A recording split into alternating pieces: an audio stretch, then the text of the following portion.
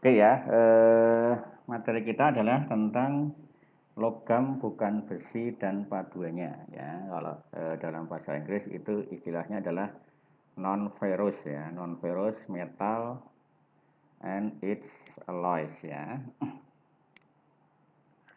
Oke, apa itu logam bukan besi itu ya. Jadi kalau dulu ya di pertemuan sebelumnya itu logam ya, logam itu dibagi dalam dua kelompok besar ya. Jadi ada logam besi dan logam bukan besi ya. Ya, bedanya apa? Jadi kalau logam besi berarti logam yang mengandung unsur besi atau Fe ya.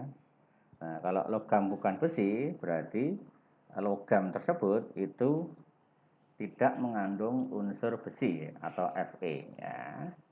Nah, contohnya apa? Logam bukan besi. Ya, contohnya misalkan aluminium ya. Ada aluminium, kemudian ada krom ya, ada nikel, kemudian ada magnesium ya, ada titanium dan sebagainya ya. Cukup banyak ya logam bukan besi ini. Ya. Kemudian nanti ada istilah paduan ya. Jadi paduan ya. Jadi apa itu paduan logam bukan besi? Jadi paduan itu maksudnya logam bukan besi tapi unsur penyusunnya itu tidak hanya satu ya. Jadi dia dipadu dengan unsur yang lain ya. Jadi paduan ya. Sama seperti pada baja ya. Pada baja itu ada baja karbon, ada baja paduan itu ya. Jadi kalau paduan berarti pasti di situ terdapat unsur campurannya ya atau paduannya ya, tidak hanya satu atau dua unsur saja gitu ya. Jadi sama nanti ya. Ya, paduan ya. Nah, sebenarnya kalau kita bicara logam paduan ya, jadi fungsi paduan apa ya? Biasanya paduan ini fungsinya untuk merubah atau meningkatkan sifat mekanik ya. Merubah sifat mekaniknya atau mungkin sifat kimianya gitu ya. Jadi misalkan mau logam yang sifat mekaniknya itu biasanya itu berkaitan dengan kekuatan gitu ya, kekuatan, kekerasan dan sebagainya gitu ya. Sehingga nanti dalam aplikasinya itu menjadi lebih luas ya, lebih luas lagi ya. Secara aplikasi ya, lebih luas lagi ya. Sehingga kalau Anda sekarang melihat ya, misalkan aluminium ya, aluminium itu kok aplikasinya sekarang sangat beragam ya, dari yang dulunya hanya perkakas rumah tangga ya, perkakas rumah tangga, perkakas dapur gitu ya. Nah, sekarang aluminium banyak dipakai untuk industri machinery, katakanlah ya, machinery bisa di otomotif ya. Bahkan sekarang aluminium sudah bisa menggantikan baja gitu ya. Ya, kalau otomotif katakanlah ya, misalkan dari mesinnya ya, dari blok silinder, kemudian ada silindernya sendiri, itu sudah beralih dari logam baja ke logam aluminium ya. Nah, kemudian untuk roda ya, velg katakanlah gitu ya, itu juga aluminium. Nah, bedanya apa dengan aluminium yang murni atau yang biasa dijumpai pada peralatan rumah tangga ya, peralatan dapur itu? Ya, itu bedanya pasti kalau rumah tangga itu kebanyakan aluminiumnya murni ya. Kalau untuk otomotif, untuk industri ruang angkasa, pesawat gitu ya, itu kebanyakan itu sudah paduan ya. Jadi sifatnya sudah berbeda jauh dengan sifat yang murni ya, gitu ya. Jadi mengarahnya ke meningkatkan sifat mekanik atau sifat kimianya, katakanlah ketahanan korosi dan sebagainya, gitu ya. Oke, itu ya sekilas tentang perbedaan ya antara paduan dan bukan paduan. Oke, nah sekarang kita membahas ya nanti dalam kuliahnya adalah logam bukan besi ya. Logam bukan besi ini sangat banyak ya. Ya, mungkin yang banyak dipakai ya dalam bidang teknik, katakanlah nanti ya ada aluminium gitu ya, Al, kemudian ada Cu, tembaga ya, tembaga, kemudian ada Zn, ini seng ya, Mg, magnesium, ada Ti ya, titanium, Ni, nikel, Ku, Co ya, kobal, W, wolfram ya, wolfram itu tungsten, nama lainnya ya, ada V, vanadium dan sebagainya ya, masih banyak lagi ya. Dan paduannya, jadi logam-logam ini dia bisa dalam kondisi murni, juga bisa berupa paduan ya, berupa paduan. Dan paduannya juga pasti bukan dengan besi karena kita bicaranya adalah logam bukan besi ya. Nanti kalau dia ditambah besi nanti dia menjadi logam besi gitu ya. Oke, jadi paduannya ya antar logam bukan besi ya. Oke, selanjutnya ya kita bicara tentang umum dulu ya. Jadi klasifikasi bahan logam bukan besi ya. Nanti klasifikasinya atau pengelompokannya itu bisa dilihat dari berbagai sudut pandang gitu ya. Berbagai sudut pandang. Nah, yang pertama kita lihat ya klasifikasi berdasarkan densitas ya atau massa jenis. Massa jenis itu ya istilahnya hampir mirip berat jenis itu ya. Nah, densitas ya, ini penting dalam bidang teknik ya densitas itu. Ya, jadi semakin besar densitasnya biasanya itu menjadi lebih berat ya, maksudnya lebih besar ya per satuan volume. Kalau densitasnya kecil berarti dia menjadi logam yang istilahnya ringan gitu ya. Oke ya, nah, sekarang ya berdasarkan densitas ya, atau massa jenis ya, bahan logam bukan besi ya itu ada istilahnya logam ringan ya, logam ringan dan paduannya ya, ini rho-nya adalah di bawah 5.000 kg per meter kubik ya, di bawah 5.000 kg per meter kubik. Contohnya adalah logam Mg ya, magnesium, ada aluminium ya, titanium ya, dan lain-lain ya, nanti masih ada beberapa. Itu masuk kelompok logam ringan ya, logam ringan. Ya. Jadi rho-nya itu di bawah 5.000 kg ya. Sebagai perbandingan ya, kalau baja itu di angka 8.000 ya, baja. Besi atau baja itu ya. Baja kemudian besi tuang itu di angka 8 ribuan ya, 8 ribuan kilogram ya. Jadi ini di bawah 5.000 ya. Kalau air berapa? Kalau air itu rho-nya adalah 1.000 ya. 1.000 kg per meter kubik ya. Jadi kita bisa membandingkan nanti ya, air nanti kemudian ada logam ringan itu ya di bawah 5.000 ya. Oke, kemudian ya yang kedua itu adalah logam sedang ya dan paduannya. Ini rho-nya ya atau density-nya, densitasnya itu antara 5.000 sampai 10.000 ya.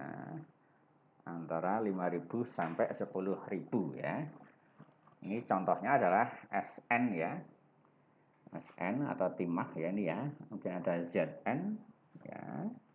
Ada Sb, ada Cr, Ni, Mn, Fe, Cu ya, Cu tembaga ya, dan lain-lain ya. Nah, ini adalah logam sedang. Ya. Kemudian yang terakhir itu adalah logam berat ya, dan paduannya. Jadi ini rho-nya itu di atas 10.000 ya, kilogram ya, adalah 10.000 kilogram. Ya. Contohnya adalah Pb ya. Pb itu timbal ya, timah hitam. Kemudian ada Ag ya, ada Au ya, ada Ta ya, ada W wolfram ya, Mo molybdenum ya. Nah, nanti bisa Anda lihat ya. Anda bisa lihat ya, kalau Anda masih bingung nanti bisa di browsing ya, di browsing lewat Google itu ya, mengenai densitas unsur logam bukan besi ya. Oke, itu ya berdasarkan densitas ya. Karena ini penting nanti dalam aplikasi ya. Dalam aplikasi itu sekarang ya yang berkembang itu nyarinya material itu adalah densitasnya kecil atau ringan tapi kekuatannya tinggi itu ya yang dicari ya. Kekuatan tinggi tapi ringan ya yang dicari. Ya, kekuatan tinggi tapi berat itu mungkin sudah istilahnya itu sudah bukan hal yang itu sudah hal umum gitu ya, berat tapi kuat gitu ya. Tapi sekarang yang dicari adalah kuat tapi ringan ya gitu. Sehingga orang berlomba-lomba mencari ya atau menciptakan material baru ya, terutama yang ringan dan kuat ya. Oke, kemudian yang kedua ya, jadi berdasarkan temperatur cair ya, berdasarkan temperatur cairnya atau melting point ya, titik cair ya, titik cairnya. Jadi suhu berapa sih logam itu, gitu ya, logam itu akan mencair ya. Jadi nanti ada low melting ya, low melting point. Jadi titik cairnya itu rendah ya. Jadi katakanlah dia di bawah 327 gitu ya. Itu kan rendah sekali ya. 300 itu sudah mencair itu cukup rendah ya. Air saja itu menguapnya 100 gitu ya. Air 100 ya. Oke ya, di bawah 327. Contohnya adalah SN ya, kemudian ada PB dan BI, bismut ya. Kemudian ada yang medium ya, yang medium melting yaitu di atas 327 tapi masih di bawah 1500-an ya, di bawah 1500 derajat Celcius. Ya, contohnya adalah Al ya, aluminium. Aluminium itu titik cairnya ya itu sekitar 700 derajat ya. Kalau besi itu sekitar 1000 ya, 1200-an ya. Baja ya, baja ya. Dilihat dari diagram fasa yang kemarin ya. Ya, kalau Mg magnesium itu lebih rendah lagi ya, di bawahnya aluminium. Nanti ada mangan ya, ada Cu tembaga, ada nikel, Co, Ag, Ao ya. Itu medium ya. Kemudian kalau di atas 1500 ya, di atas 1500 itu sudah masuk ke bahan atau material refraktori ya. Refraktori, jadi material yang tahan panas atau tahan api ya. Jadi dia titik cairnya itu di atas 1500 ya, di atas 1500 ya. Ini contohnya adalah yang bawah ini ya, ini titik meltingnya atau mencairnya itu di atas 1500 ya. Ada titanium ya, ada krom ya, ada V vanadium, Nb niobium ya, Mo molybdenum ya, Ta itu tantalum ya, W itu wolfram ya atau tungsten. Nah, ini tungsten paling tinggi ya 3400 ya. Wolfram ya, ini kalau Anda pernah ya melihat bola lampu ya, bohlam itu ya, bohlam yang model lama ya, kalau sekarang kan sudah pakai LED ya.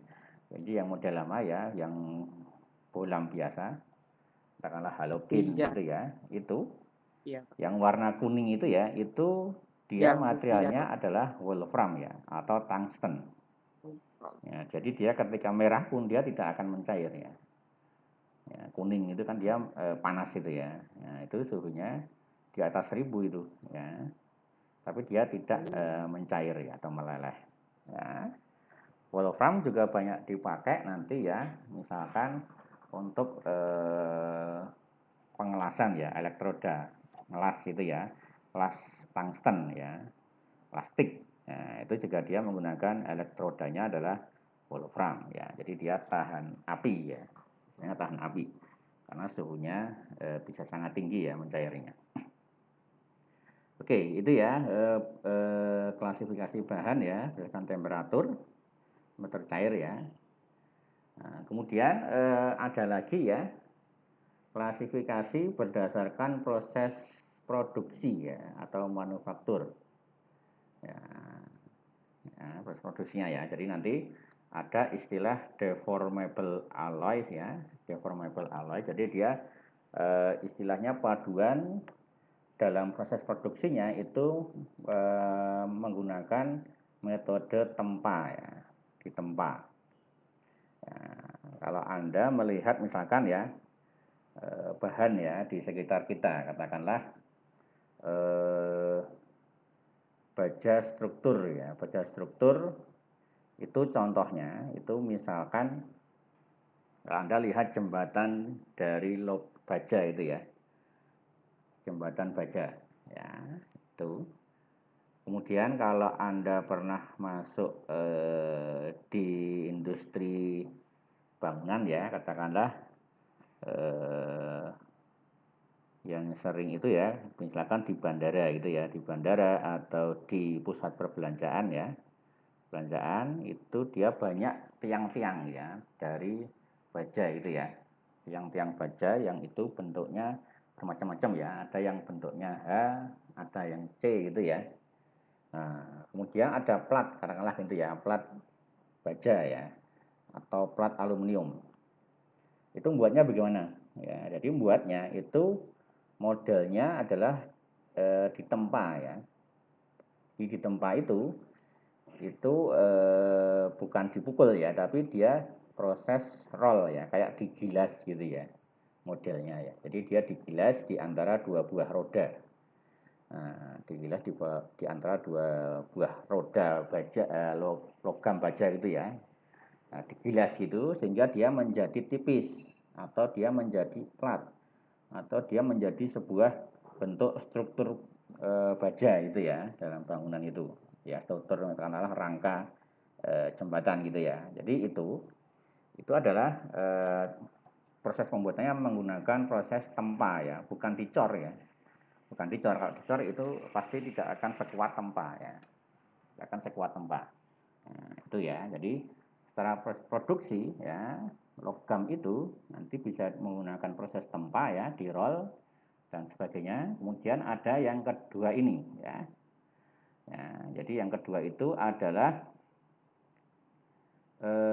cast alloys ya. Cast itu berarti dicetak ya, dicor ya. Jadi bahan cair kemudian dicetak ke dalam cetakan ya, sehingga nanti hasil akhirnya ya seperti di cetakan itu. Ya, itu ya cast alloys. Jadi dia dicetak ya. Sebagai contoh ya, misalkan ya, gampangnya ya kalau Anda di rumah ya itu ada alat perakas dapur ya, katakanlah panci gitu ya. Panci itu dari plat.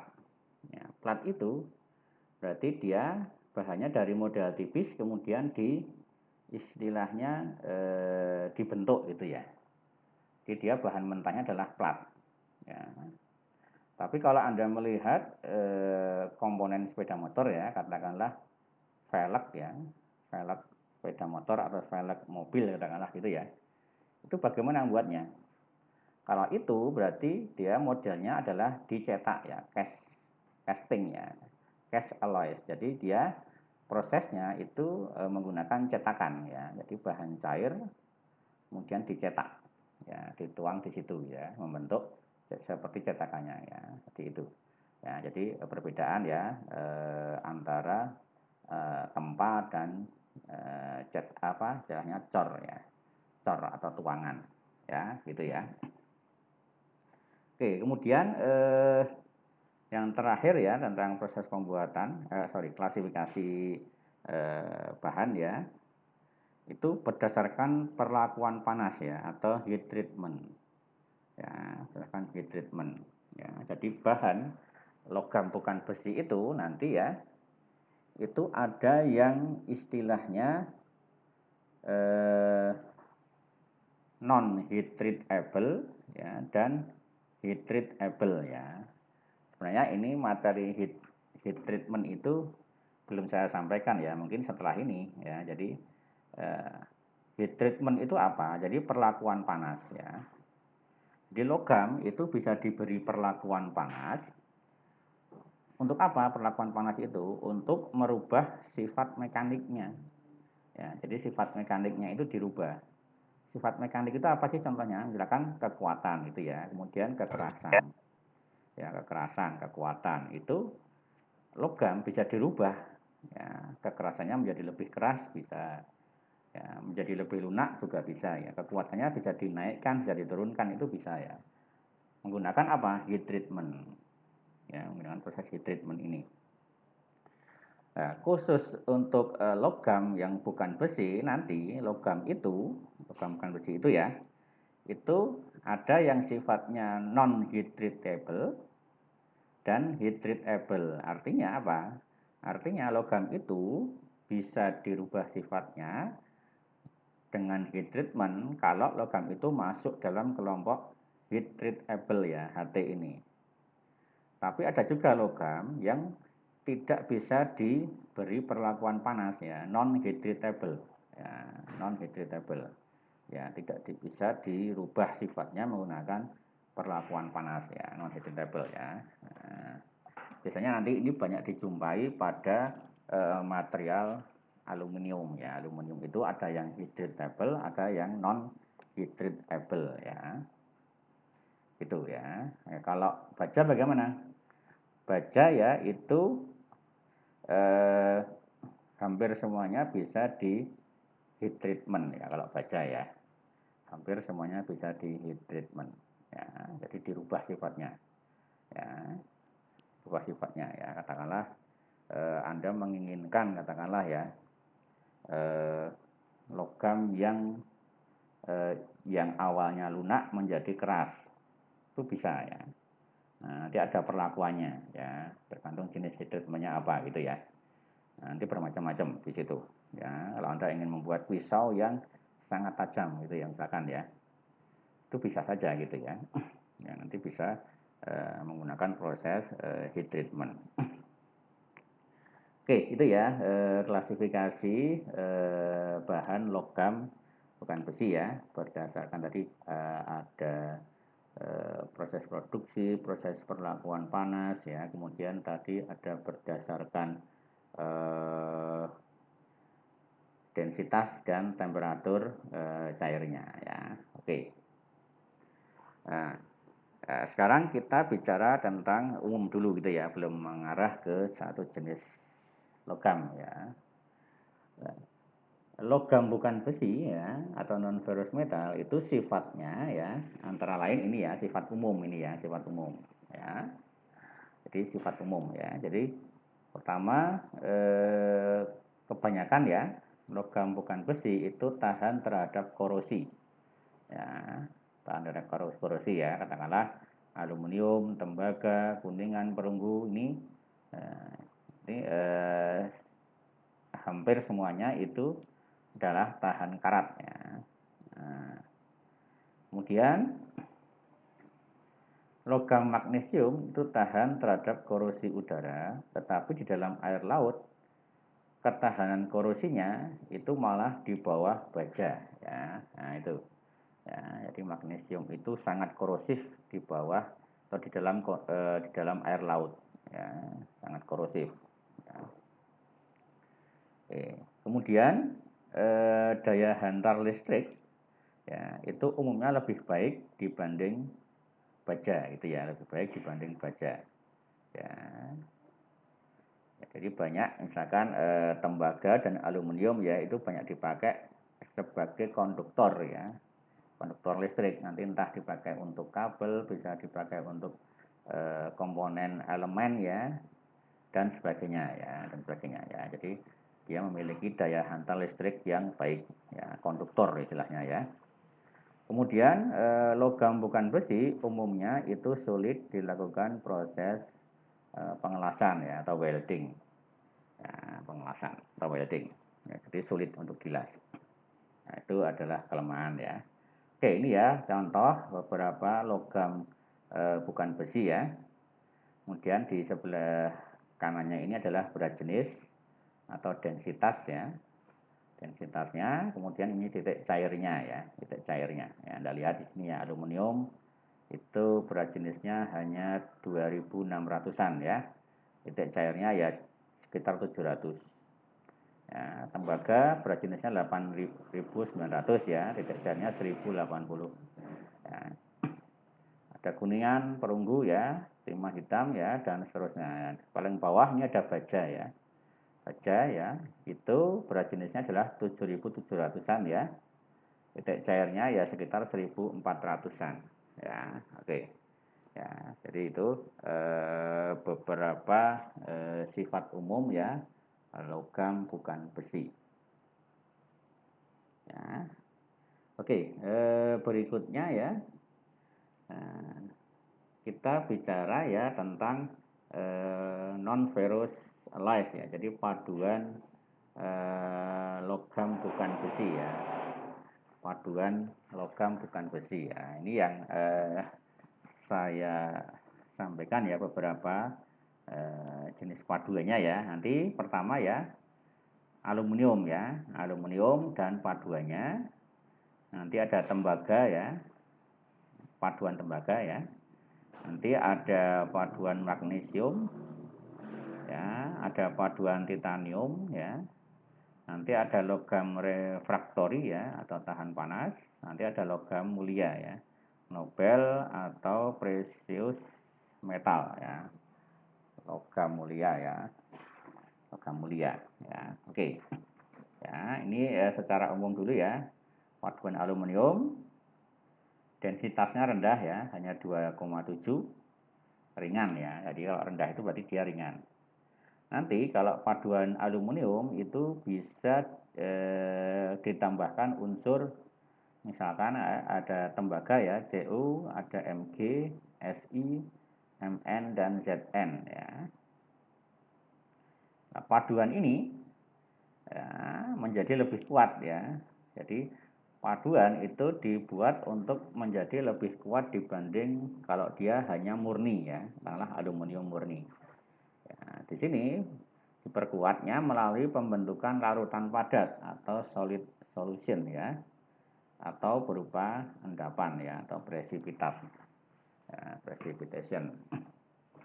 Oke, itu ya sekilas dulu, nanti saya jelaskan detailnya di slide berikutnya ya. Oke, kemudian ya ada tembaga di sini ya. Densitasnya dia tinggi ya, 8,9 ya, bandingkan dengan aluminium ya, hanya 2,7. Berarti ini hampir 3 lebih ya, 3 kali lipat ini. Berarti tembaga itu cukup berat ya. Kalau aluminium itu relatif ringan ya. Oke. Nah, nanti paduannya bermacam-macam ya. Ada yang dia kuningan ya atau brass. Dia adalah paduan Cu dan Zn ya, Zn. Ya. Nanti ada paduan bronze ya, perunggu. Berarti dia adalah CuSN ya. Nanti juga bisa ditambah unsur yang lain ya, Al, Si, Ni. Ya. Kemudian ada juga Cube ya, tembaga dan beryllium. Ya, di sini dia precipitation harden for strength ya. Jadi peningkatan kekuatannya adalah berupa endapan ya atau precipitat. Ya.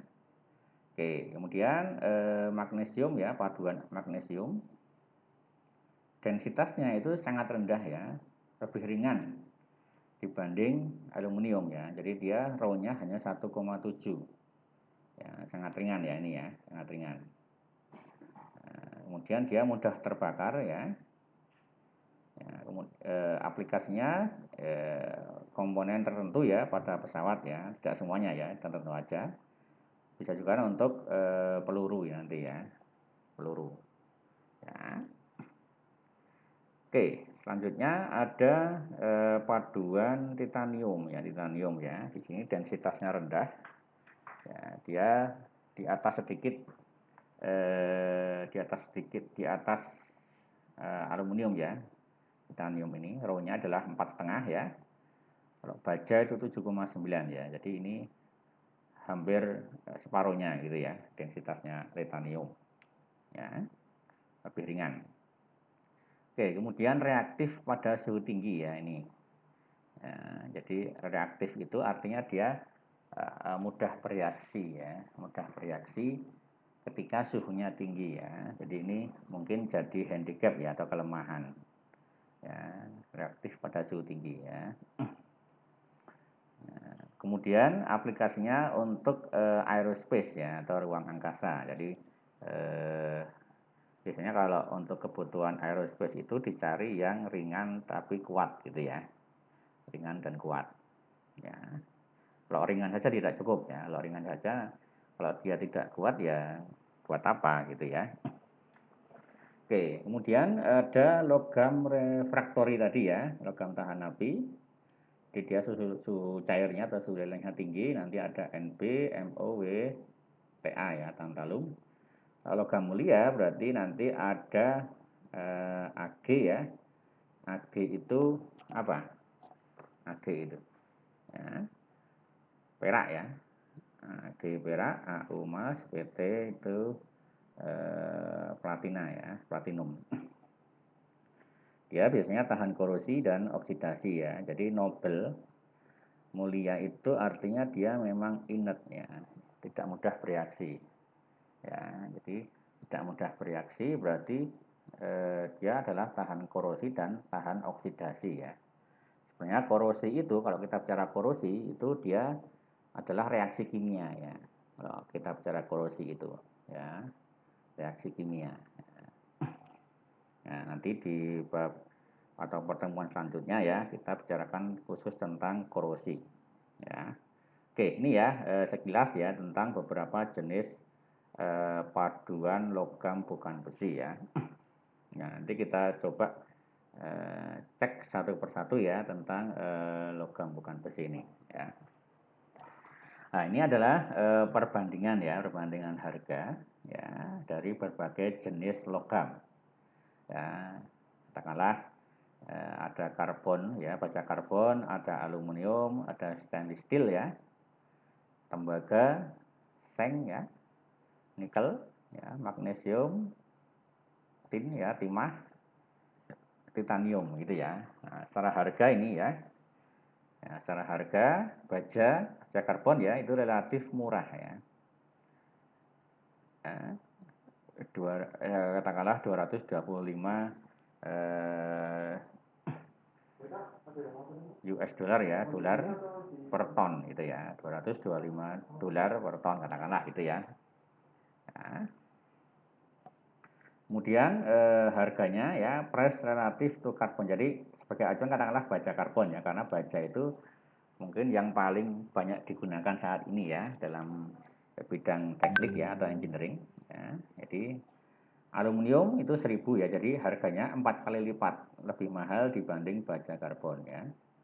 Stainless steel 3 kali lipatnya baja karbon ya. Tembaga 10 kali lipat ya. Zinc 4 kali. Nah, yang paling mahal itu nikel ternyata ya.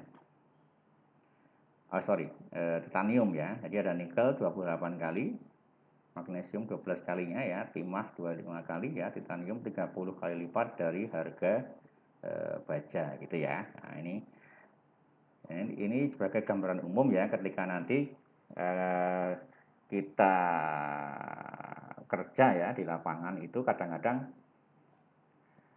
dalam pemilihan material itu pasti berhubungan dengan harga gitu ya, tidak hanya berdasarkan sifat mekanik gitu ya.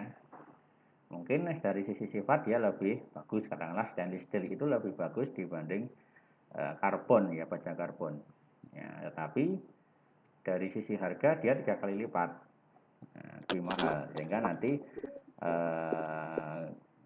sebagai pengambil kebijakan kadang-kadang orang melihat dari sisi sifat mekanik dan dari harga ya, dioptimasi mana sih yang lebih masuk ke spesifikasi gitu ya. Oke ya, itu ya sekilas tentang harga. Nah, sekarang kita bahas satu persatu ya material logam ini satu persatu ya. Yang pertama ya kita bicara tentang aluminium ya. Kita bicara tentang aluminium ya. Aluminium itu kalau di pasaran ya, di pasaran itu ada 3 jenis gitu ya. ada 3 jenis ya. Garis besarnya ya. Ada aluminium murni ya. Murni itu berarti 99% ya itu kandungannya adalah aluminium ya. Jadi murni katakanlah gitu ya. 99, sekian persen itu harus mengandung aluminium ya. Nah, sisanya biasanya ya pengotornya. Ya, kemudian ada aluminium paduan ya. Ya ini yang banyak berkembang sekarang itu adalah yang ini gitu ya, yang paduan ini. Nah, aluminium paduan berarti dia kandungannya itu tidak murni aluminium, ada unsur tambahan ya. Tambahannya apa? Unsur paduannya yang tadi saya sampaikan ya, itu bisa ditambah dengan silikon, bisa ditambah dengan tembaga gitu ya, bisa ditambah dengan magnesium ya, dan lain-lain ya. Nanti tergantung nanti yang jenis apa gitu ya, aluminium paduan ya.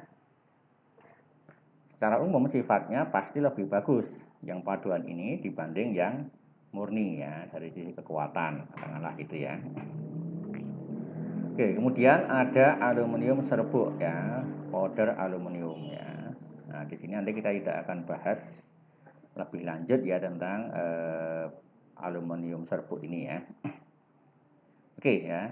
Kemudian aluminium paduan ya, nanti itu ada 2 jenis juga gitu ya. Ada 2 jenis aluminium paduan itu. Ya, ada yang tempa ya, paduan tempa. Ada yang paduan cor ya, paduan cor ya. Bedanya apa tempa dan cor tadi? Saya sampaikan ya bahwa paduan tempa itu proses pembuatannya itu mengalami proses rolling ya. Jadi biasanya nanti bisa dilihat dari hasil akhirnya ya. Katakanlah kalau Anda beli plat aluminium, berarti plat itu masuk ke paduan tempa karena pembuatan plat itu tidak dicor ya, bukan proses pengecoran ya. Jadi dia dalam bentuk plat itu dia adalah tempa ya, dia mengalami di roll dulu, ditipiskan gitu ya, gitu ya.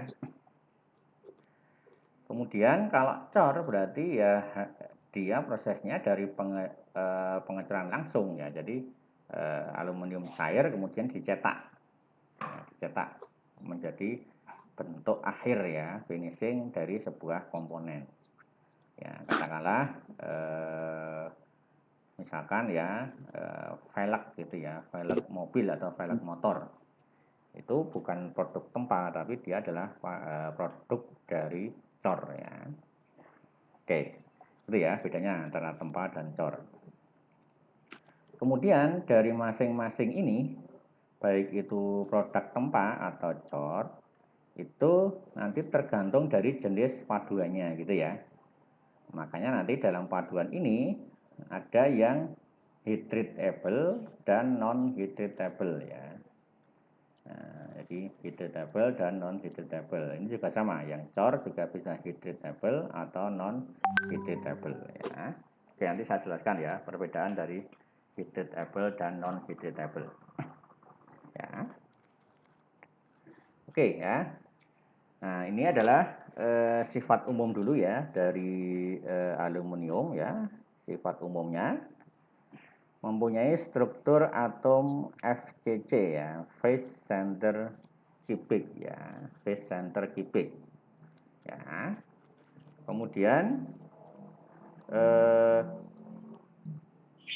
sifat umum yang lain adalah di sini ya, halus, lembut ya, ringan ya, karena dia densitasnya rendah ya, dapat dibentuk ya. Penampilan dari keperak-perakan sampai dengan kelabu ya. Jadi nanti tergantung dari kalau paduannya ditambah unsur apa, nanti dia berpengaruh ke tampilannya ya atau warnanya ya. Tidak beracun, tidak bersifat magnet ya, tidak berkilau, tidak larut dalam alkohol ya. Kemudian tegangan luluhnya ya, kalau murni itu rendah ya, hanya 70 sampai 110 kg per cm persegi ya. Tapi kalau nanti sudah menjadi paduan itu lebih tinggi lagi ya. Oke. Kemudian tegangan maksimumnya ya 200 sampai 600 megapascal.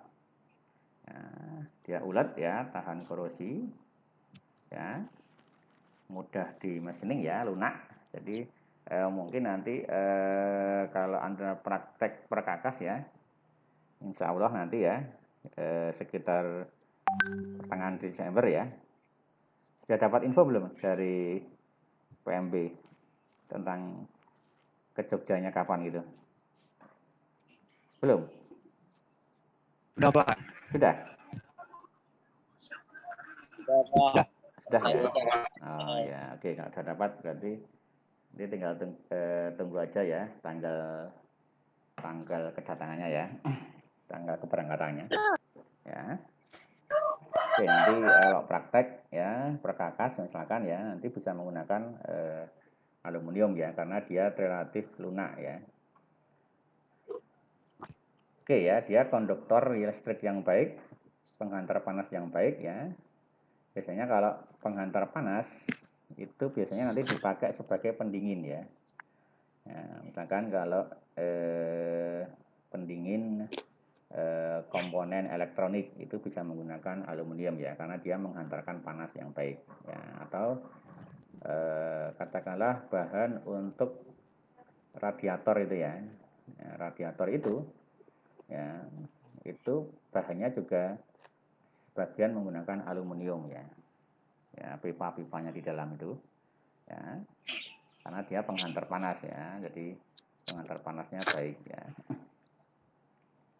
Oke ya, kemudian yang terakhir ini ya cukup penting ya, aluminium murni mempunyai tegangan tarik yang rendah ya, tetapi ketika dibuat paduan ya, maka sifatnya itu menjadi lebih baik ya, jadi memperbaiki sifat mekanik terutama ya, di kekuatannya, kekerasannya, keuletannya, ketangguhannya gitu ya, itu lebih baik kalau dia berupa paduan ya. Oke ya.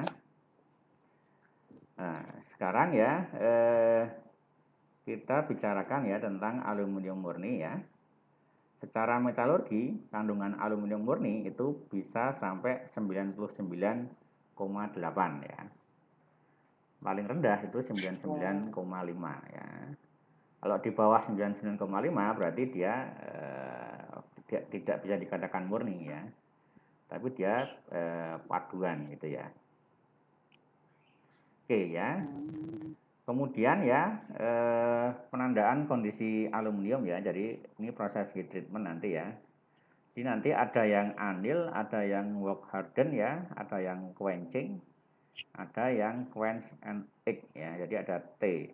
Nah, ini nanti kalau kita melihat di spesifikasi ya, aluminium, kadang-kadang akan muncul lambang-lambang ini ya.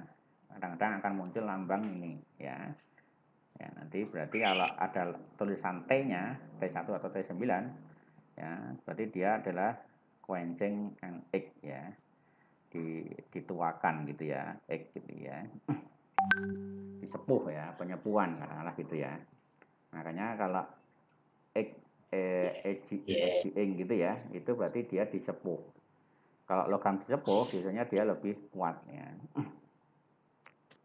Penyepuhan ya. Oke. Nah, ini kita lewati dulu ya.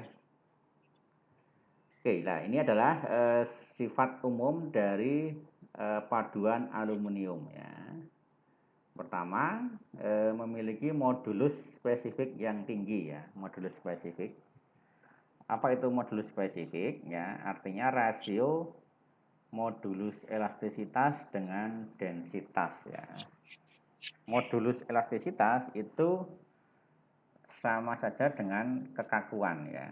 Jadi kalau Anda dulu ya, mungkin mata kuliah pengujian bahan ya. Jadi modulus elastisitas itu adalah kekakuan. Ya, kekakuan. Ya. E-nya kalau di diagram uji tarik ya, jadi grafiknya itu dia kemiringannya itu semakin tegak gitu ya. Semakin tegak berarti modulus elastisitasnya semakin tinggi ya. Nah, kalau modulus spesifik itu perbandingan antara modulus elastisitas dengan densitas ya. Nah, ini. Kemudian memiliki kekuatan spesifik yang tinggi atau rasio kekuatan dengan densitas ya. Kalau kemarin itu istilahnya adalah strength to weight ratio ya. Strength itu kekuatan, weight itu berat ya. Berat itu identik dengan densitas ya. Densitas ya. Jadi rasio kekuatan dengan densitasnya itu tinggi ya. Artinya apa?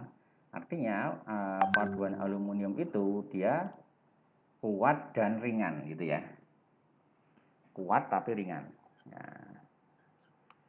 Bahkan nanti ada beberapa paduan aluminium itu kekuatannya ya sama dengan baja gitu ya, mirip-mirip dengan baja ya. Tapi kalau baja kan berat ya, kalau aluminium itu dia ringan ya kelebihannya itu. Ya. Kemudian konduktivitas listrik dan panas yang tinggi, ya,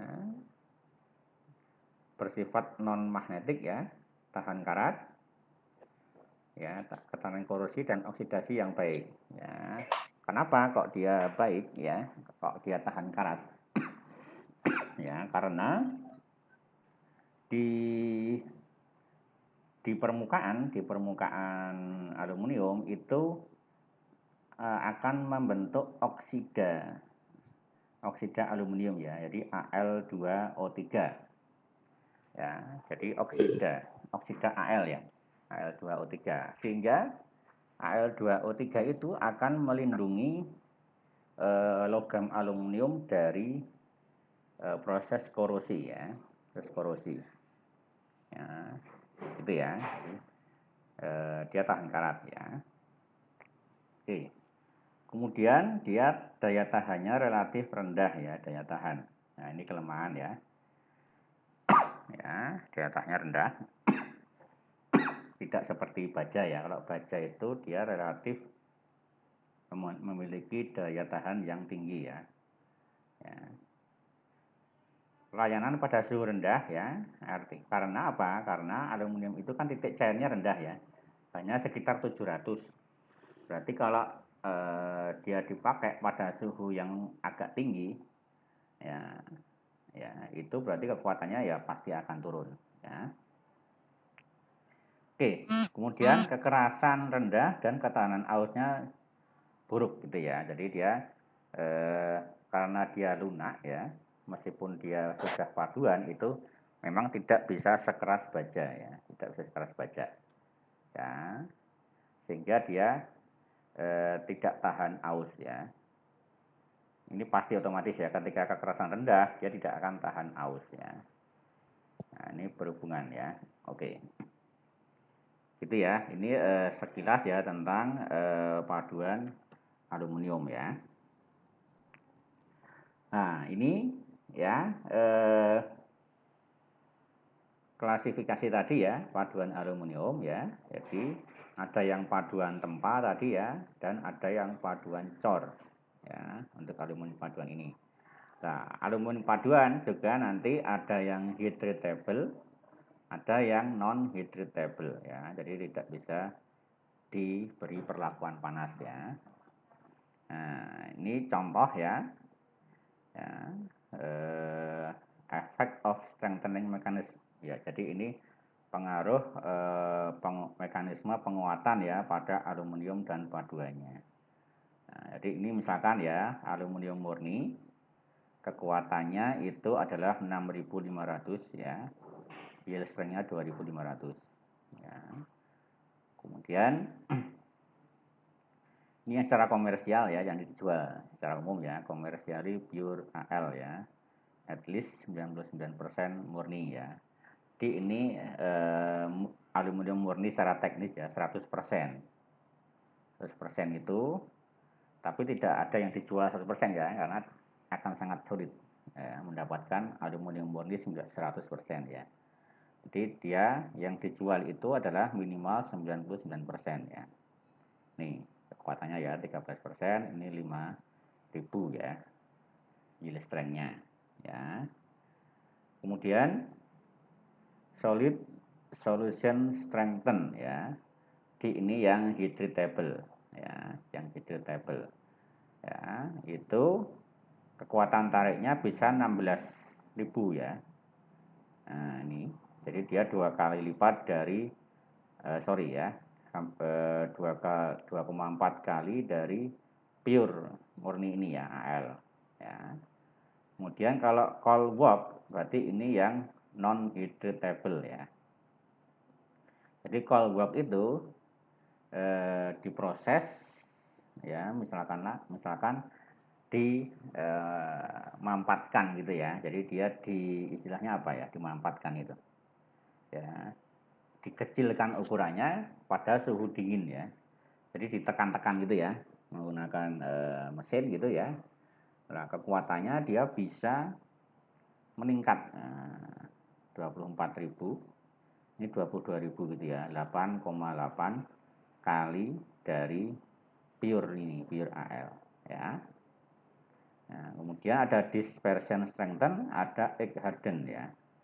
Dispersion sama egg harden itu berarti dia adalah hydratable ini ya, hydratable alloys ya.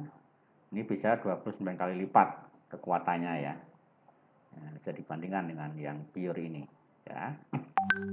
Dia juga karena dia semakin kuat ya, otomatis dia semakin keras juga kan gitu ya. Sehingga elongasinya dia akan turun ini ya. Hanya 11 kali ya, hanya 11% ya. Ya, 11%. Meskipun ini masih dikatakan ulet ya. Masih bisa dikatakan ulet. Karena keuletan itu kalau di bawah 10% itu dikatakan getas gitu ya. Kalau di bawah 10% elongasinya ini. Ya, ada yang bilang 10%, ada yang bilang 5% gitu ya.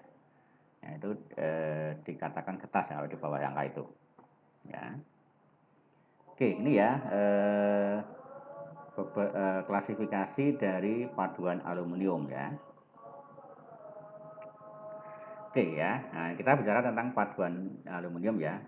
Paduan AL adalah logam AL yang ditambah dengan logam lain ya, seperti Cu, Zn, Mn, silikon atau Mg ya. Lebih ringan dan lebih tahan korosi dibanding baja ya tadi. Mempunyai ketahanan lelah mendekati 0 ya, ini kelemahan ya. Jadi dia sebenarnya aluminium itu kekuatan fatiknya rendah ya. Ya. Kemudian dapat digolongkan jadi 2 ya tadi ya, hydratable dan non hydratable. Ya. Apa itu hydratable? Ya, jadi adalah paduan aluminium yang dapat diberi perlakuan panas untuk meningkatkan sifat mekaniknya. Ya.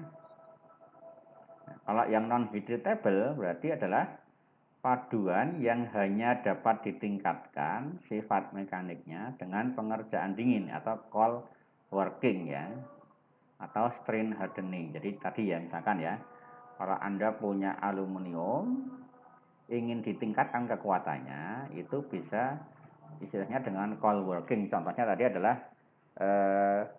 dimampatkan gitu ya, atau di roll ya. Misalkan ya, plat yang awalnya itu tebalnya 10 cm Anda tipiskan ya menjadi 8 cm atau ya seperti itu ya, ditipiskan gitu ya, menggunakan mesin roll tapi kondisinya dingin gitu ya. Nah, maka itu nanti dia sudah menjadi lebih kuat karena susunan atomnya jadi rapat gitu ya, jadi ditekan gitu ya, dimampatkan ya, sehingga dia menjadi lebih kuat. Oke, itu ya contohnya ya yang non hydratable.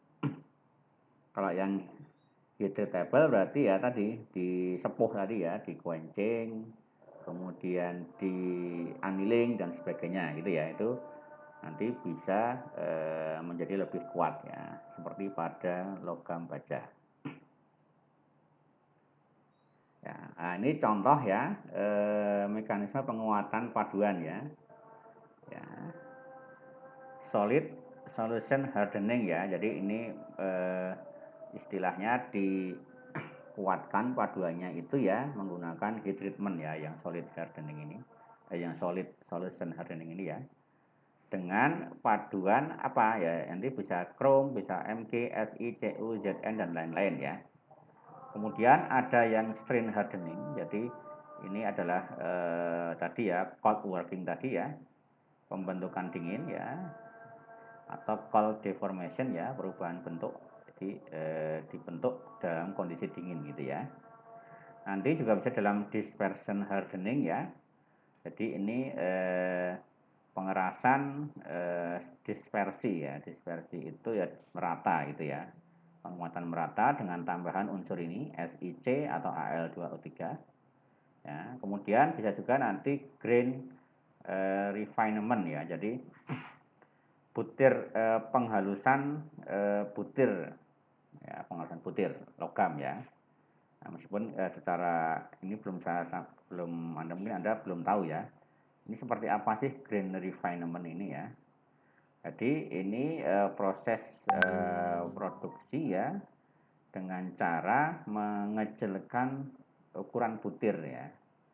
Ya, biasanya dengan penambahan unsur ini ya, B dan Ti ya, titanium dan B itu boron ya, dan lain-lain ya. Jadi ini untuk menghaluskan butir ya, menghaluskan butir ya. Butir itu hanya bisa dilihat menggunakan mikroskop ya. Jadi ini secara istilahnya mikroskopik gitu ya. Oke ya. Nah ini beberapa contoh ya pengaruh unsur paduan gitu ya. Nah, kalau kita bicara tentang paduan aluminium ya. Kalau yang tadi yang di slide sebelumnya itu adalah kita bicara tentang ini bisa berupa apa tadi, tempa atau juga bisa berupa cor ya. Bisa tempa bisa cor ya. Nah sekarang kita bicarakan tentang paduan aluminium tapi prosesnya pengecoran ya. Nanti ada penambahan unsur ya. Misalkan silikon ya, jadi silikon ya. Silikon pada paduan cor itu dia akan menurunkan titik cair ya. Cairnya akan turun, kemudian meningkatkan fluiditas ya, mampu alir, dan meningkatkan mampu tuang ya. Mampu tuang ya. Nah, apa itu fluidity gitu ya? Fluiditas itu apa ya? Jadi fluiditas itu kemampuan cairan logam untuk mengalir ya dan mengisi rongga cetakan tanpa mengalami pembekuan prematur ya. Jadi kalau kita mencetak atau mengecor logam itu kan ada cetakan, kemudian ada kalau cetakan rumit kan berarti jalurnya banyak itu ya. Jadi dia bercabang-cabang gitu jalurnya ya, rongganya itu. Kemudian cairan yang kita cetak itu akan dituangkan di situ ya. Nah, cairan itu dia harus mempunyai fluiditasnya yang baik gitu ya.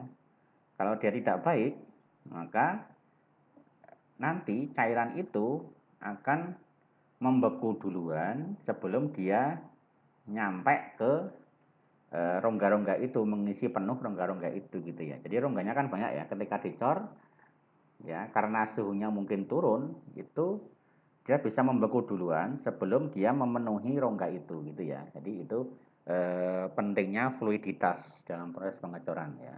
Itu harus mampu mengalir dulu ya. Kalau dia ngalirnya tidak baik ya berarti nanti dia bisa membeku dulu sebelum rongga itu terisi penuh ya, sehingga nanti hasilnya pasti cacat ya, cacat pengecoran karena rongganya belum penuh ya, belum penuh ya.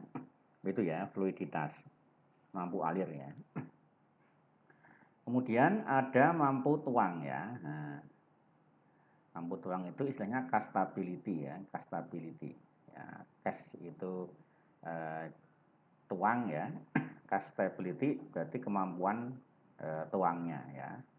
Jadi kemudahan, jadi mudahnya membuat cor yang baik yang terkait dengan fluiditas ya. Artinya biasanya kalau fluiditasnya baik berarti castability-nya juga pasti baik kan gitu ya. Nah, ini pasti berhubungan ya. Jadi Anda mudah membuat pengecoran ya kalau logam cairnya itu adalah mempunyai fluiditasnya yang bagus ya, atau castability-nya juga bagus gitu ya. Kalau enggak ya nanti akan membeku duluan sebelum dia nyampe karung-karungnya itu ya. Oke, itu ya untuk gas aluminium ya. Jadi ada silikonnya. Kemudian untuk kodifikasi ya, kodifikasi paduan aluminium ya, kodifikasi. Nanti dia yang diacu yaitu adalah dari AA ini ya, klasifikasi paduan ya, dikembangkan oleh Aluminium Association ya, AA ya di US ya. Meskipun ada standar yang lain, katakanlah standar Eropa atau CIS ya. Oke ya, untuk paduan tempa ya nanti ditulis dengan 4 digit ya. Digit pertama menunjukkan unsur paduan ya, digit kedua menunjukkan nomor registrasi, modifikasi paduan ya. Kalau angkanya 0 berarti itu adalah registrasi pertama ya. Kalau selain 0 berarti misalkan 1, 2 dan seterusnya, berarti itu adalah registrasi modifikasi paduan gitu ya. 2 digit terakhir merupakan tanda registrasi dari AA yang tidak memiliki arti tertentu ya. Nah, sebagai contoh, misalkan ya, ini ya, nanti kodifikasinya itu dilihat dari yang penting itu yang angka 1 ini gitu ya. Angka digit pertama ini ya. Kalau 1 itu berarti murni ya. 1 x gitu ya. Berarti ini murni. Kalau 2 x berarti dia paduan dengan tembaga ya. Berarti AlCu. Ya. Kalau 3 berarti nanti dia AlMg gitu ya. Kalau seri 4 4x ini ada angkanya ya ini ya. Itu berarti AlSi ya. 5 ini juga sama ya, magnesium. 6 berarti magnesium dan silikon ya. Ini silikon ya, bukan silion ya. 7 seng ya. 8 berarti unsur lain ya. Nanti Anda juga bisa melihat ya di website ya tentang penomoran paduan aluminium ya. Ini yang tempa ya. Yang tempa ya. Ini perlakuan panasnya ya. Ini bisa tidak gitu ya. Heat treatable atau non heat treatable ya. Tidak berarti non ya, non heat treatable. Ini heat treatable ya dan seterusnya. Oke ya. Kemudian kalau yang cor ya, yang cor nanti hampir sama ya, hampir sama. Ditulis dengan 4 sampai dengan 5 digit ya. Angka dengan angka desimal ya. Digit pada ribuan menyatakan unsur paduan ya, jadi 1 angka di depan ini ya. Digit setelah tanda desimal menyatakan cara pembuatannya gitu ya. Nah, kalau 0 berarti casting, kalau 1 itu ingot ya. Jadi ini ingot itu setengah jadi ya. Setengah jadi. Jadi biasanya nanti dia bisa dirubah ya. Artinya dia nanti akan dicor lagi gitu ya. Ingot gitu. Jadi setengah jadi. Ya. Cor dalam batangan ya.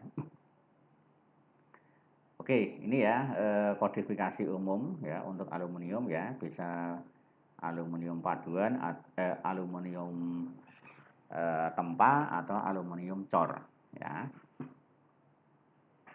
Oke, itu ya untuk aluminium ya. Nah, untuk aluminium. Kemudian kita bicara tentang tembaga ya, tembaga ya. Tembaga ini dia lebih berat dibanding baja ya. Densitasnya adalah 8,9 ya. Strukturnya itu FCC ya. Jadi dia mudah diproses ya. Titik leburnya kurang lebih 1000 ya. tembaga murni ya dibuat dari proses elektrolisis ya. Elektrolisis. Nah, tembaga itu kalau di Indonesia itu tambangnya itu di Freeport ya, di Freeport itu. Ya, jadi sebenarnya itu bukan hanya tembaga ya, emas pun ya. Jadi gini, sebenarnya kalau tambang tembaga itu pasti nanti ada unsur ikutannya gitu ya. Unsur ikutan itu jadi kalau tambang itu kan tidak hanya satu jenis ya. Tidak hanya satu jenis unsur. Katakanlah di Freeport itu ya, itu tembaga, nanti ada juga emasnya. Nah, proses pemurniannya gimana? Ya, biasanya menggunakan smelter itu ya. Di smelter itu adalah proses untuk memurnikan logam ya. Smelter. Jadi kalau Anda sering mendengar istilah smelter itu apa sih gitu ya. Jadi itu adalah suatu alat yang dipakai untuk memurnikan logam ya. Bisa apa aja nanti ya, tergantung jenis smelternya apa gitu ya. Nah, kalau di Indonesia itu dulu ribut-ribut masalah smelter ini gitu ya. Katanya di Indonesia itu belum di Freeport itu ya. Di Freeport itu belum punya smelter ya. Jadi kalau nambang di sana ya, itu ya pemurniannya mungkin tidak benar-benar murni. Jadi dia ngambilnya bongkahan gitu langsung dibawa ke luar gitu ya. Nah kan berarti kan kita nggak tahu sebenarnya seberapa besar tembaga yang dihasilkan di sana gitu ya, karena dia masih campuran gitu ya, masih berupa istilahnya mineral gitu ya. Nah, proses pemurniannya nanti itu di luar ya, ada yang di Jepang dan sebagainya gitu ya. Nah sekarang mungkin di Freeport itu sudah Freeport membuat smelter di Gresik ya. Jadi di Gresik itu sekarang banyak dibangun smelter ya untuk memurnikan itu ya.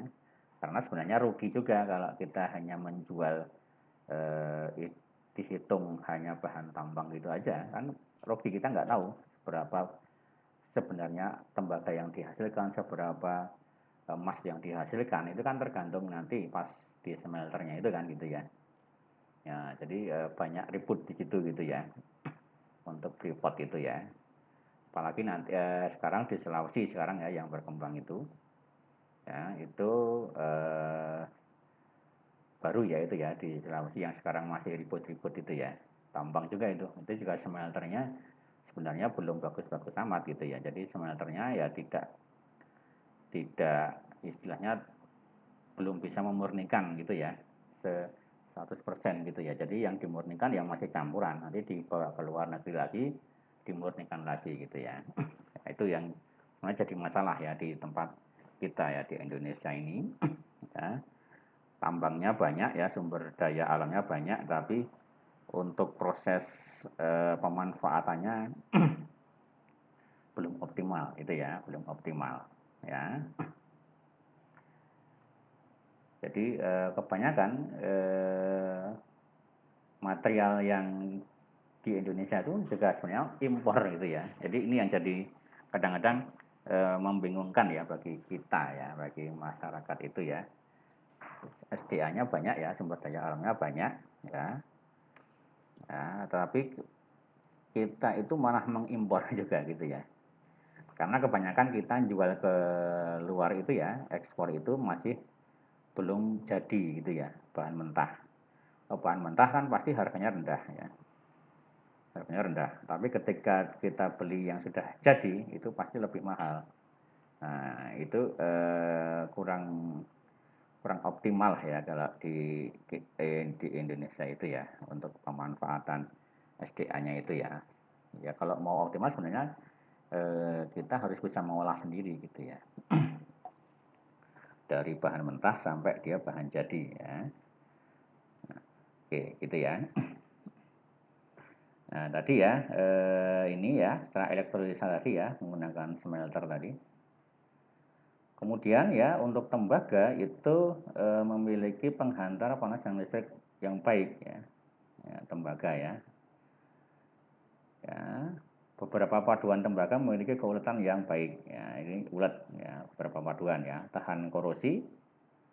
Ya, kekuatan spesifiknya lebih rendah dibanding aluminium dan Mg ya. Jadi dia lebih berat. Artinya strength to weight rasionya karena dia densitasnya tinggi ya otomatis dia kekuatan spesifiknya tidak tinggi gitu ya. Tetapi dia lebih tahan terhadap creep, fatigue dan aus ya ini ya. Ya, dia tahan terhadap creep, fatigue dan aus. Ya, tidak bereaksi dengan air ya. Ya, karena dia juga ada lapisan oksidanya ya. Oksida tembaga ya, CuO-nya. Ya, sehingga ini dapat melindungi logam dari korosi ya. Nah, aplikasinya nanti ya bisa komponen listrik, kemudian pompa, valve, ya, kemudian plumbing, atau biasanya nanti sebagai hiasan ya atau dekoratif ya, atau dekoratif.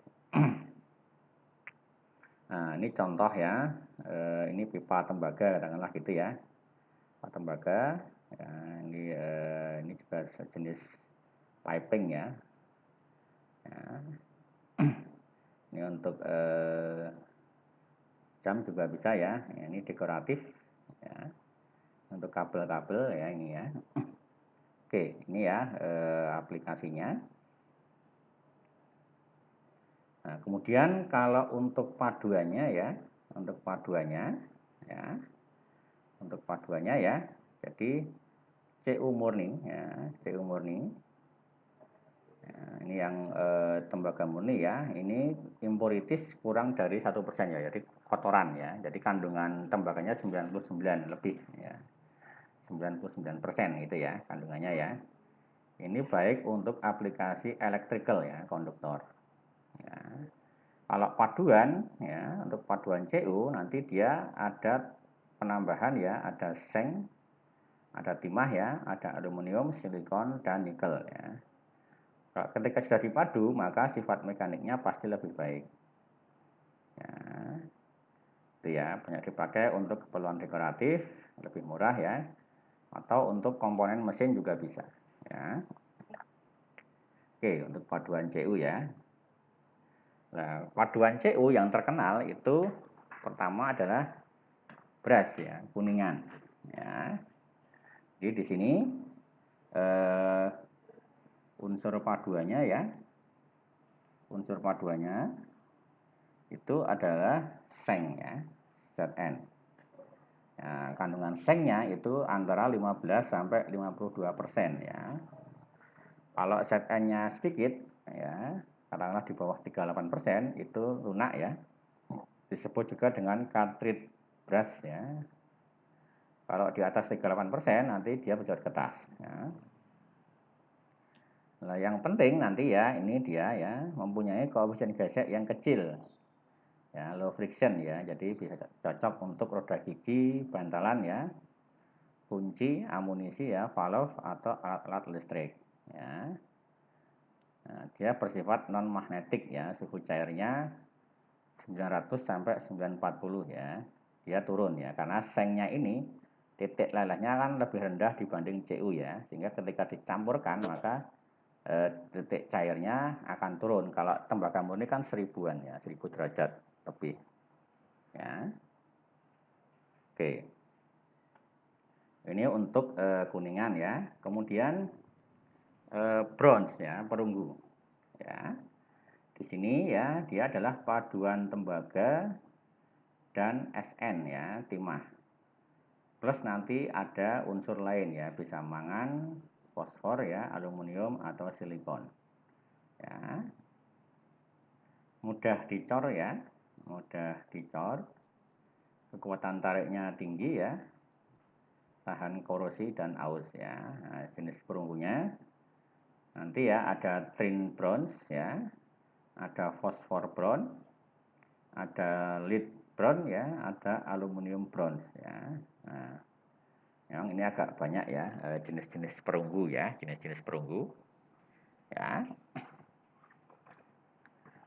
Kemudian Nah, ini ya paduan tembaga juga sama ya, nanti bisa berupa tempa atau cor ya nanti ya. Tempa atau cor ya, nanti sifatnya ini ya. Sifatnya ya, tensile strength, yield strength ya, elongation ya. Oke, kemudian ya, nanti ada logam babit ya, atau istilahnya babit metal ya, babit metal itu ya. Ya, babit metal ini sering dipakai untuk lapisan bantalan ya atau bushing. Komposisinya nanti ya, ini juga paduan ya, timah dan tembaga ya, atau Cu.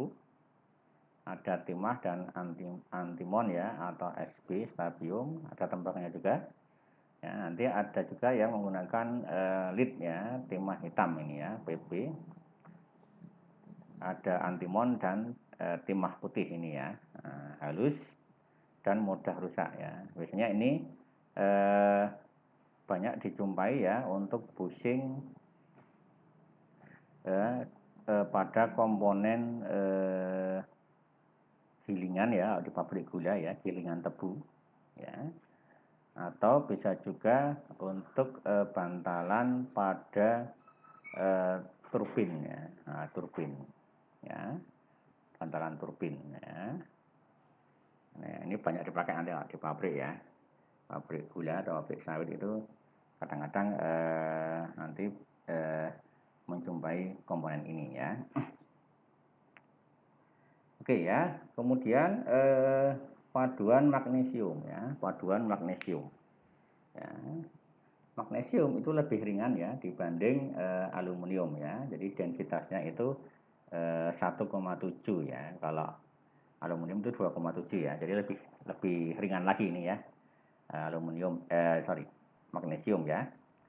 Tidak kuat seperti Al ya, tetapi rasio kekuatannya dan beratnya ya, jadi strength to weight rasionya ya, itu mendekati aluminium ya, mendekati ya. Kemudian ketahanan fatik, krip dan ausnya rendah ya, atau buruk. Nah, ini kelemahan ya. Tahan karat dan oksidasi ya. Oksidasi itu masuknya unsur oksigen ke dalam logam ya, gitu ya, oksidasi itu.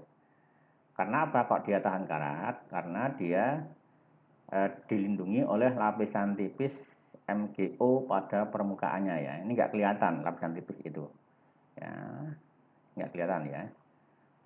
Nah, kemudian modulus elastisitas rendah, titik cairnya rendah juga ya, mudah terbakar,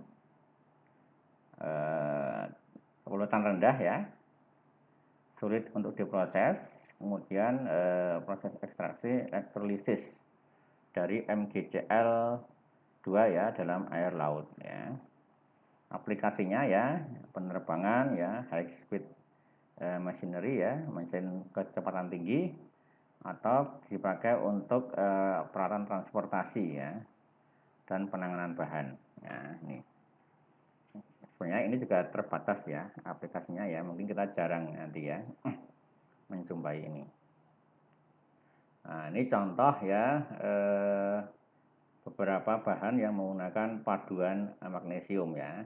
Nah, ini biasanya ini bukan murni ya, tapi ini campuran ya. Jadi ada Mg, ada Al-nya misalkan gitu ya.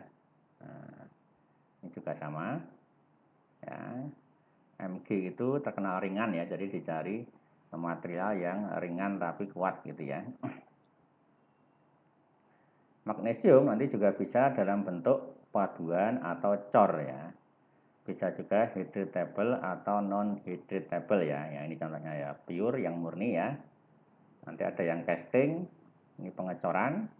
Ada juga yang rock ya. Rock loss itu berarti dia tempa. Nah, ini sifat-sifatnya ya. Nanti bisa dilihat ya.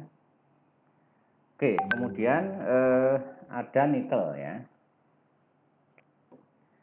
Nikel ya.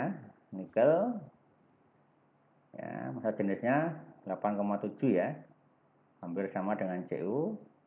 Nikel itu tahan karat ya, sehingga ini banyak dipakai untuk paduan pada stainless steel ya. Kalau stainless steel itu campurannya bisa nikel atau krom ya. Nah, oke, kemudian tahan korosi yang tinggi meskipun pada suhu tinggi ya, sehingga dia cocok untuk aplikasi suhu tinggi. Ya, misalkan apa? Aplikasi suhu tinggi itu. Misalkan pada nanti di bawah ini ya, turbin katakanlah gitu ya. Turbin. Ya. Titik lelehnya tinggi gitu ya. Strukturnya adalah FCC ya, phase center cubic ya. Kemudian kekuatannya juga tinggi ya ini. Nah, ini bagus ya nikel ini. Ya. Aplikasinya ya komponen tahan karat ya, misalkan valve, pompa, fan ya, atau baling-baling. Kemudian ada juga dipakai untuk heat exchanger ya. Heat exchanger itu istilahnya perpindahan panas ya, jadi alat untuk istilahnya memindahkan panas.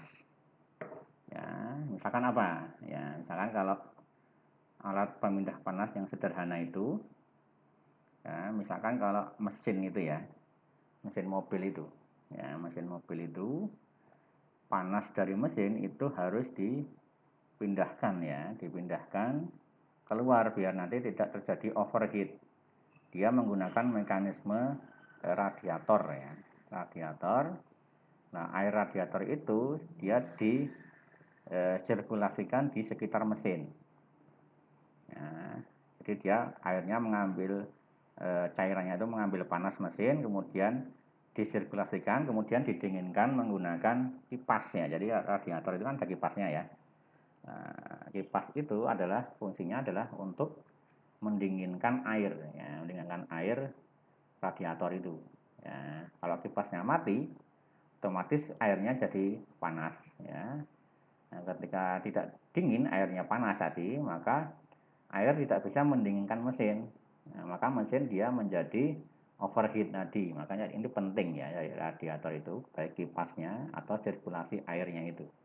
Nah, itu contoh ya heat exchanger ya, yang sederhana.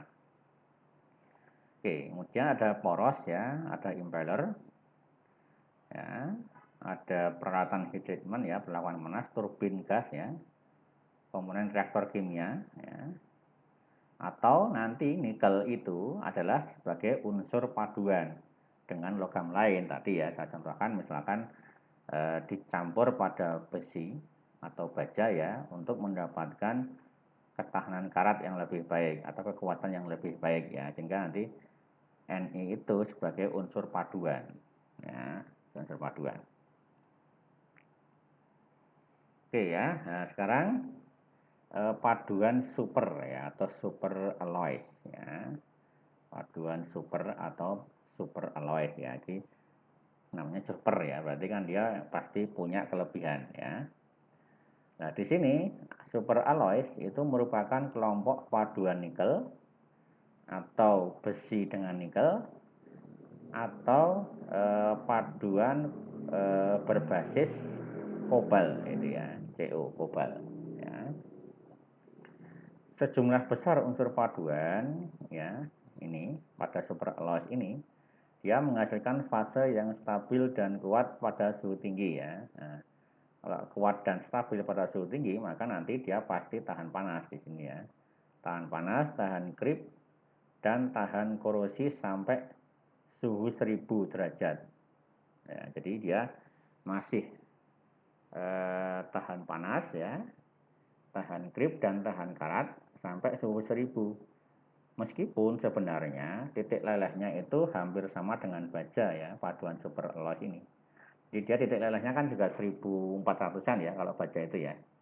Super alloys juga sama ya, jadi dia akan mencair atau meleleh pada suhu 1400 ya, pada suhu 1400. Tetapi pada suhu 1000 dia masih tahan panas gitu ya. Jadi dia tidak atau belum berubah sifatnya ya secara signifikan. Nah, paduan super alloy ini banyak dipakai ya, misalkan untuk fan dan sedu turbin ya, turbin ya. Jadi kalau kita bicara turbin itu katakanlah kalau pesawat itu di sebelah kanan kiri itu ada mesin turbinnya ya, jet ya, turbin gas itu ya, ada turbin gasnya. Itu suhunya sangat tinggi gitu ya, suhunya sangat tinggi. Ya, nah itu kalau dia tidak menggunakan paduan super ya pasti dia tidak akan kuat itu ya, bahannya itu ya, logamnya itu. Ya, itu ya aplikasi ya, poin pada seluruh turbin. Kalau di pabrik sawit, pabrik gula juga ada turbinnya. Itu pasti juga materialnya pasti eh, dari bahan super alloys ini ya, dari bahan super alloys ini. Ya, karena turbin itu suhunya ya kalau kita lihat ya, kalau turbin air ya, turbin uap ya, turbin uap itu suhunya bisa sampai sekitar 300 sampai 400 derajat ya. Itu yang istilahnya tekanannya menengah ya, tekanan uapnya. Kalau tekanan uapnya tinggi itu bisa di atas ya mungkin mendekati 500 derajat gitu ya, suhu uapnya itu. 500 derajat ya suhu uap ya. Nah, itu. Makanya dia butuh komponen yang tahan panas tadi. Ya. Oke. Ya, contohnya apa itu ya? Contohnya apa? Paduan superalloys itu ya. Itu adalah monel ini ya, monel. Monel itu paduan nikel dan tembaga itu ya, NiCu dengan kandungan nikel 60% ya. Kekuatan tinggi, tahan korosi ya, pada suhu tinggi, kemudian tahan terhadap air laut. Nah, ini ya, nanti ada kupronikel. Ya, jadi paduan NiCu dengan kandungan nikel 30%. Nanti ada Inconel itu ya, Inconel. Ini adalah super alloys berbasis nikel. Ya, nanti banyak jenisnya ini Inconel ini ya. Kalau merek dagangnya ya, istilahnya merek dagang. Merek dagangnya banyak ini ya, Inconel ini ya. Kemudian ada Invar itu ya, super alloys berbasis Fe dan Ni ya, besi dan nikel.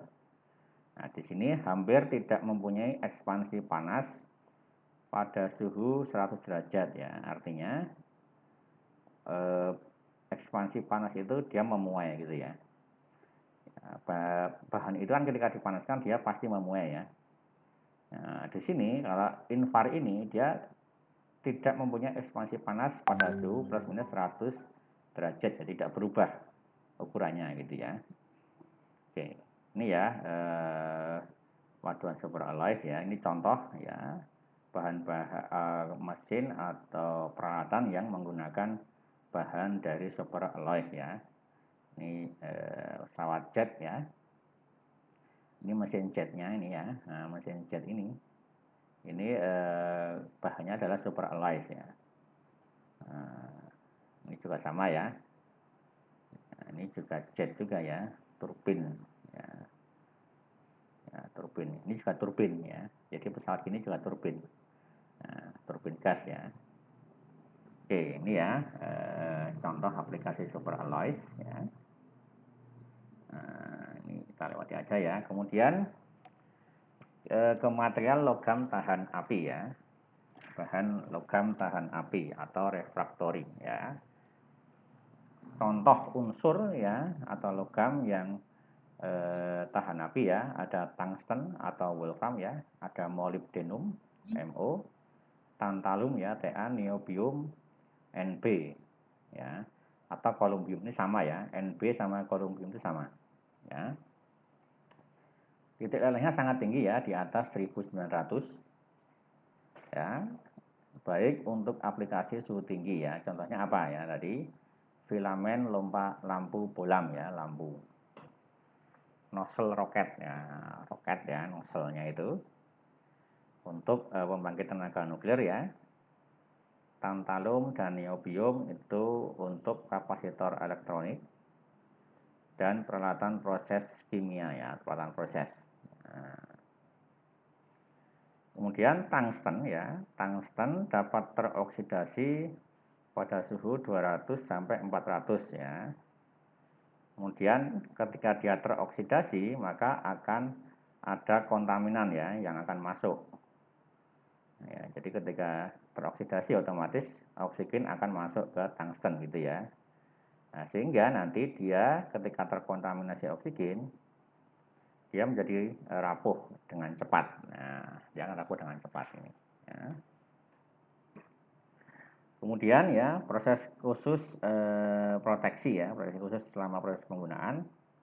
Jadi diusahakan ketika menggunakan logam tahan api ini itu lingkungannya inert ya, tidak reaktif. Ya, sama proses ya. Proses apa? Misalkan proses pengecoran, proses pengerjaan panas ya, pengelasan ya itu ya, atau metalurgi serbuk ya, itu harus lingkungannya inert ya, tidak reaktif. Jadi dia harus terlindungi dari oksigen ya, atau hidrogen dan sebagainya gitu ya.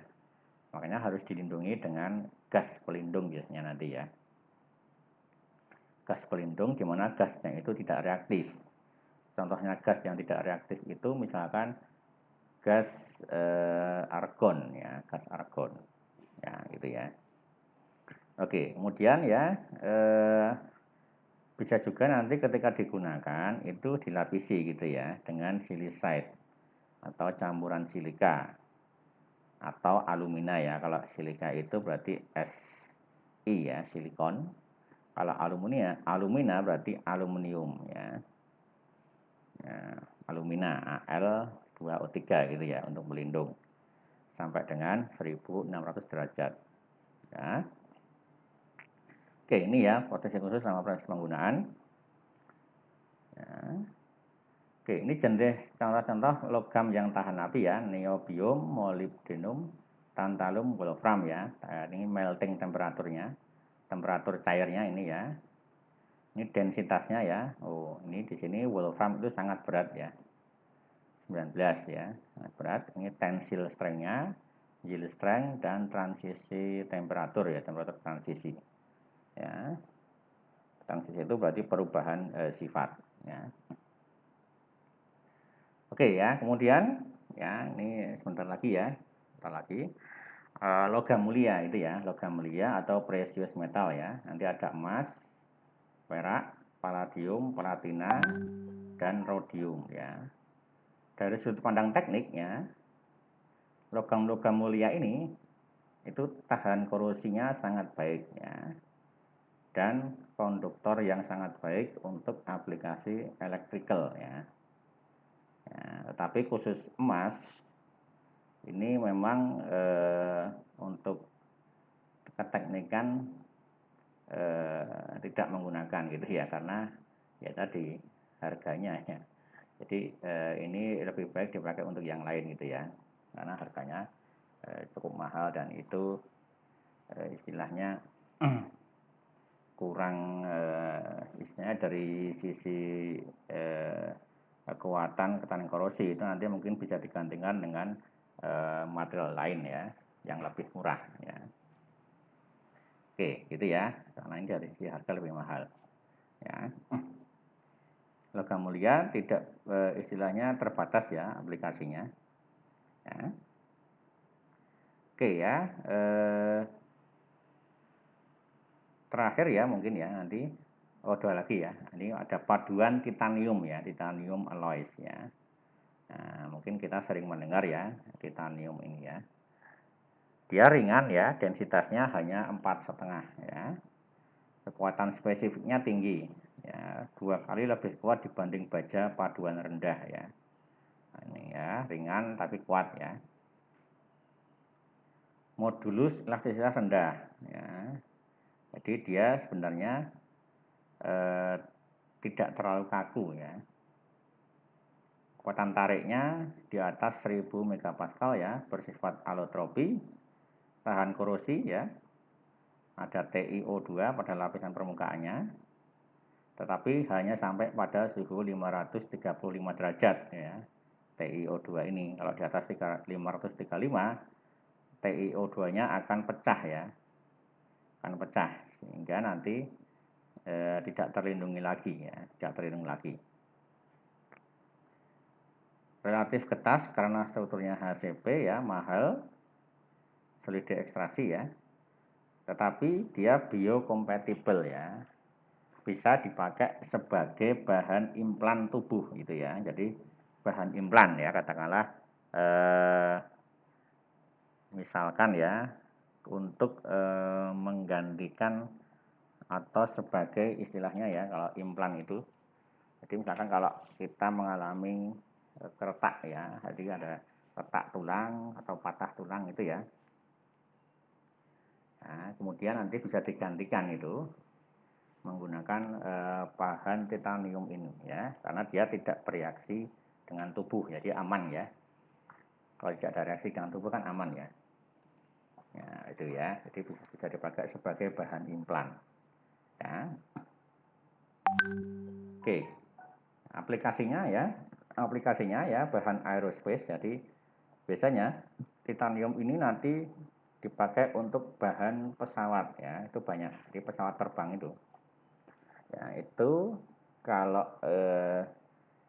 rangkanya itu kebanyakan menggunakan paduan titanium ini ya. Tapi kalau casingnya, ya, casing itu artinya yang kelihatan di luar itu ya, yang namanya casing ya.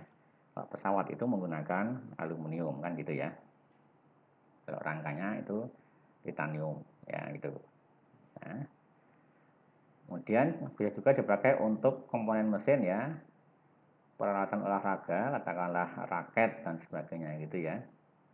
Itu ada unsur titaniumnya ya, sehingga harganya kan mahal ya. Kalau Anda beli raket yang ringan tapi kuat itu ya, itu pasti mahal karena kemungkinan dia menggunakan titanium ya. Sepeda juga bisa ya, atau frame kacamata ya, itu ya. Kemudian peralatan proses kimia ya, itu ada komponen mesin kapal ya. Kemudian bisa juga nanti tadi ya, implan biomedis ya, jadi seperti misalkan pinggul tiruan gitu ya, menggunakan bahan titanium. Kemudian ada lagi ya, istilahnya shape memory alloys. Nah ini ya, mungkin istilah baru ini, shape memory alloys ya, dengan paduan dengan nikel ya, jadi nikel dan titanium.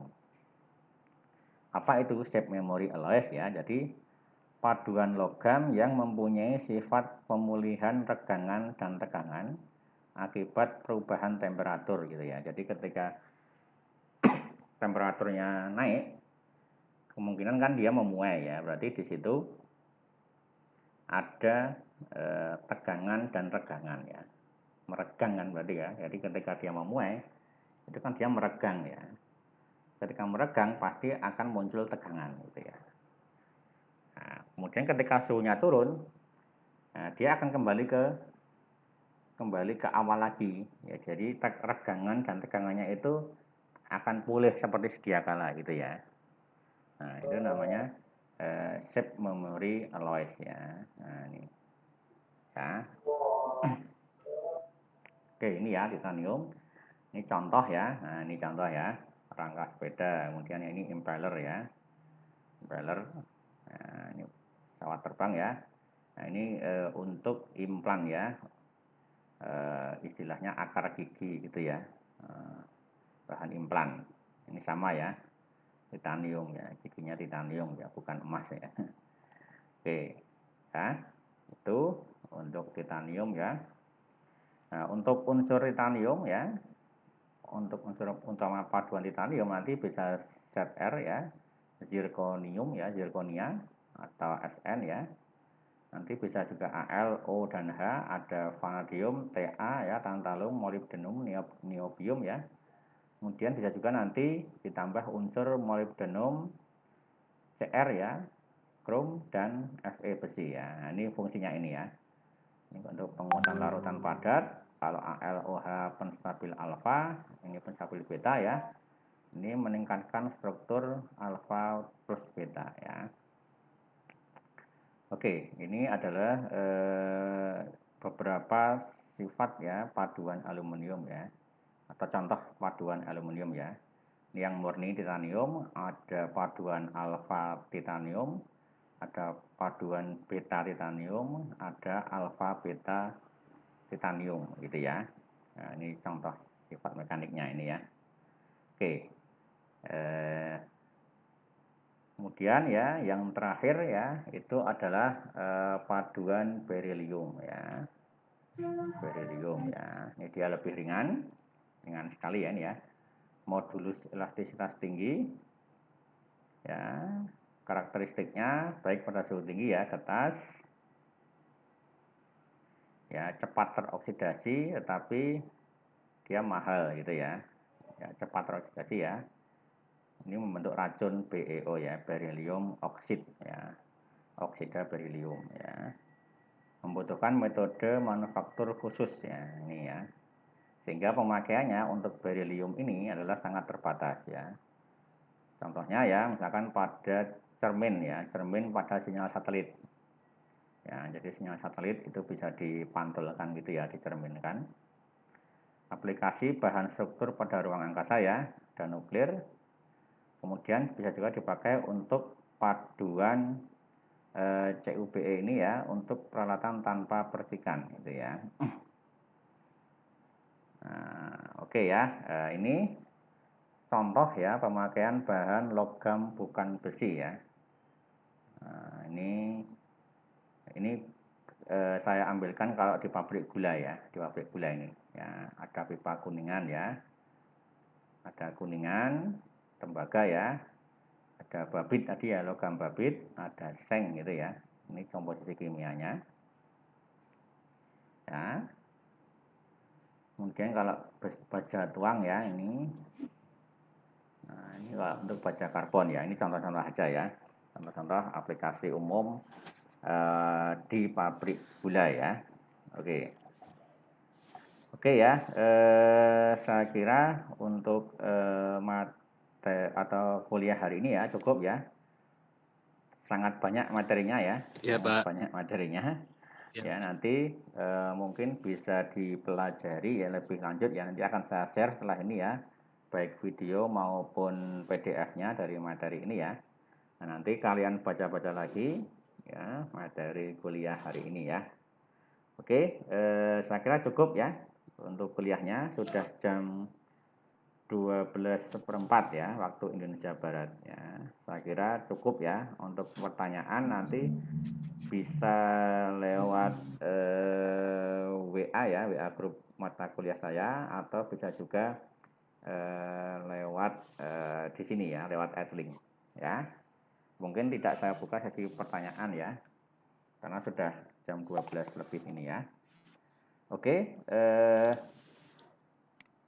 gitu ya kuliah hari ini ya. Nanti kita lanjut besok ya untuk kuliah yang lain ya. Jadi untuk hari ini tidak ada sesi tanya jawab ya. Oke, begitu ya. Terima kasih untuk kuliahnya ya. Ya, ini ada pertanyaan ini ya, ada pertanyaan.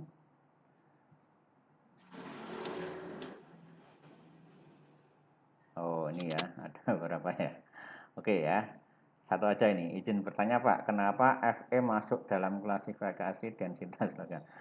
Ya, oke, sebenarnya ini hanya untuk membandingkan saja gitu ya, untuk membandingkan saja, karena kita kan lebih familiar dengan logam besi ya, atau baja ya, jadi untuk membandingkan aja. Jadi kalau Anda sering memegang atau istilahnya memegang atau membawa baja gitu ya, ya itu membandingkan aja. Kalau Fe itu berat jenisnya sekitar 8 gitu ya, 8.000 kilogram per meter kubik ya, atau sekitar 8 gram per 8 ya, sekitar 8 ya, 8 gram ya. Untuk membandingkan aja ya dengan logam lain, tadi ada yang aluminium itu sekitar 2,7, kalau magnesium 1, gitu ya. Berarti untuk membandingkan aja seberapa ringan logam bukan besi ini ya dibanding dengan baja ya, karena kita lebih familiar dengan baja ya. Kalau tembaga pasti lebih berat ya, karena agak antep gitu ya kalau tembaga itu ya. Nah, itu aja ya, jadi untuk membandingkan aja ya. Oke, gitu ya untuk kuliah hari ini ya. Nanti silahkan di download materinya ya di Adlink Ya, bagi kalian yang ingin atau masih belum jelas dengan materi kuliah hari ini, saya videokan juga ya, nanti bisa di-download. Oke, terima kasih ya. Selamat siang, selamat beristirahat ya. Assalamualaikum warahmatullahi wabarakatuh. Waalaikumsalam warahmatullahi wabarakatuh.